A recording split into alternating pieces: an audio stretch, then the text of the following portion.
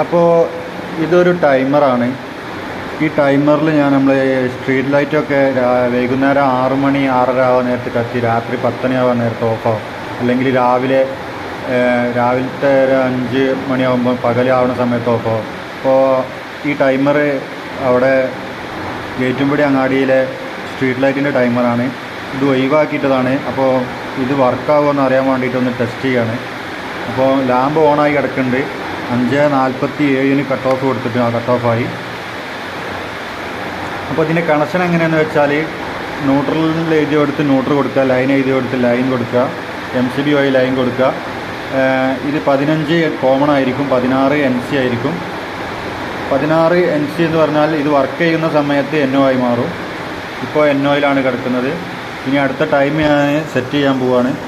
അടുത്ത ടൈം ഇത് കത്തേണ്ടത് ഇപ്പോൾ 5:47 സമയം. ഇത് പ്രോഗ്രാം 1 ആണ്. 5:47 ഓണാണ്. ഇത് ഓഫാവേണ്ട സമയമാണ്. ഓണാവേണ്ട സമയം 5:46 5:48 കൊടുക്കുകയാണ്.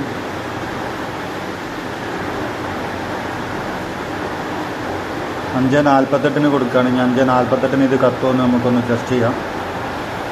അത് 5:48 ഇത് കത്തിയിട്ടുണ്ട്.